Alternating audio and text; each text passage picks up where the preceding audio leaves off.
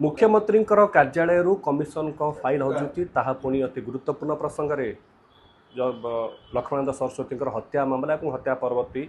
दंगा उपरे जो तदंत कमिशन बसी जस्टिस एस नायडू अध्यक्षतार फाइल हजिची एबे कौन व्हाट नेक्स्ट रही पचार निजे जस्टिस एस नायडू हम सहित अच्छा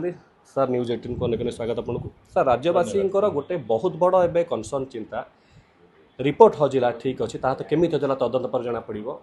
से रिपोर्ट पुणी थे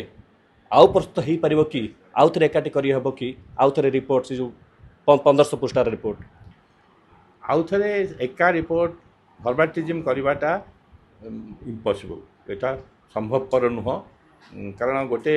सीना कॉपी कले आ गोटे कौन बाहर ये कॉपी आउ रिपोर्ट कौन लिखी जड़े जड़े रिपोर्ट जो से 5 वर्ष पर से जिनटा को आउ थे रिपोर्ट लिखा संभवपर नुह तेरे रिपोर्ट रे जो कारण गुड़ा दिखाई जहाँ दिखाई से गुड़ाक जदि सरकार चेष्टा करती ताहले पाई पारंते बोधे मत क्या लगुच कारण रिपोर्ट पाई सारापर एत गुड़े दिन हो गला से निश्चय ताकू किसी कार्यक्रम करेंगे जहाद्वारा फरवर्डिंग जोड़ाक आगू रिपोर्ट पाई सारापर किसी कमेंट्स मागी अन्य लोगों किसी काम मागी किसी एक्सप्लेनेशन मागी ताले जदि करेंगे से गुड़ाक सब विचारधारा को लेकिन किसी करहब सर आप पूर्व प्रतिक्रिया कहते जे विक्षिप्त अवस्था जो रफ बा नोट थाई पारे से सब नोट गुड़िक केउ जगार थाई पारे और से गुड़ एकाठी कर कंपाइल कर पुणी थे से 1500 पृष्ठार रिपोर्ट प्रस्तुत कर सहज हे कि ना 1500 पृष्ठार रिपोर्ट कौन रिपोर्टर गोटे पेजटा लिखा कष्ट आउ गोटे रिपोर्ट कर रिपोर्ट माने आउ गोटे गोटे मन चला गोटे करहब कि रिपोर्ट आप जो कहते से रिपोर्ट आप करहब ना रिपोर्ट थरे होगला द्वितीय थर से रिपोर्ट करहब सर जेतु आपणकर जो कागज पत्र अच्छी आम कंप्यूटर आम जो फेरी ता भर किसी किसी जिनस बाहरी पारे साक्षी जमानबंदी बाहरी पारे अन्य जिनस काढ़ी पारती कि रिपोर्ट काढ़ी पारे सर यार सफ्ट कॉपी प्रस्तुत ही नथिबे एते दिन हेलाणी राज्य सरकार सफ्ट कॉपी प्रस्तुत करती साधारणतः नियम अनुसार रिपोर्ट पाई सारा पर से सफ्ट कॉपी विभिन्न रिपोर्ट कॉपी काढ़ती काढ़ी से कॉपी गुड़ाक से विभिन्न डिपार्टमेंट को पठाती फॉर कमेंट्स जदि करेंगे मुझे सर कहीं असंभव मन हो कौन पे माने भिन्न जगह भिन्न भिन्न जगह सब रफ रही जाइए क्या आनी हे एक्सट्रा किसी करहब किसी ना जदि रिपोर्ट पाई सारा पर कमिशन सरकार तरफ विभिन्न डिपार्टमेंट को पचरा रिपोर्ट कमेंट्स करने जो आम जो रिपोर्ट जो जहाँ विरुद्ध लिखाई कि जो मान कथा लिखाई जदि रिपोर्ट मागी थे से कमेंट्स आनी हे किंतु से कि ना मुझे काम सर एत दिन परिश्रम रहा एत मैन पावर लगे आपण भी बहुमूल्य समय देले तापर घटना घटुची व्यक्तिगत आप केमी देखते देखो मु जज हिसाब से आम ट्रेंड गोटे घटना आम शुणी सारापर जजमेंट दे सारापर से घटना को पूरा भूली जाऊ जदि आम गोटे जजमेंट दे सारापर जदि से घटना कथा भावु ताले आम बंचिकी रही से हिसाब से यहाँ गोटे कम मत दिखाई सरकार तरफ मु मोर पार पर्यंत चेष्टा करी कामटा करके रिपोर्ट सबमिट करी जो दिन रिपोर्ट दस्तखत करके मु चीफ मिनिस्टर हाथ को बढ़ेदेली से दिन ठू मुझे कथा भूलीगली सर जहाँ सारांश आसला रिपोर्टर ताहा सर पूरा तो कहे तथापि राज्यवासी जाना चाहूँ रिपोर्ट बर्तमान चर्चा चलती सारांश कौन था या केते दरकार थिला रिपोर्टर निर्जाशा कौन थी ना रिपोर्ट रे उभय कथा लिखाई जे घटनाटी घटला कहीं आपणकर दंगा है कहीं दंगा कौ प्रकार है कौ मैंने दंगारे क्षतिग्रस्त है कौ मैंने हेले ना ता छड़ा धर्मांतरीकरण केमती कराऊँ सबू सबू कथा ताको हत्या कराला जघन्य भाव में गोछी काटिकी AK-47 मारिकी राति अधरे पशिकी 21 लोक पाचरी डेंगी पशिकी मारी सबू घटना आम ताधे लिख सर यह माओवादी का कार्य बोली बाहर चर्चा हुए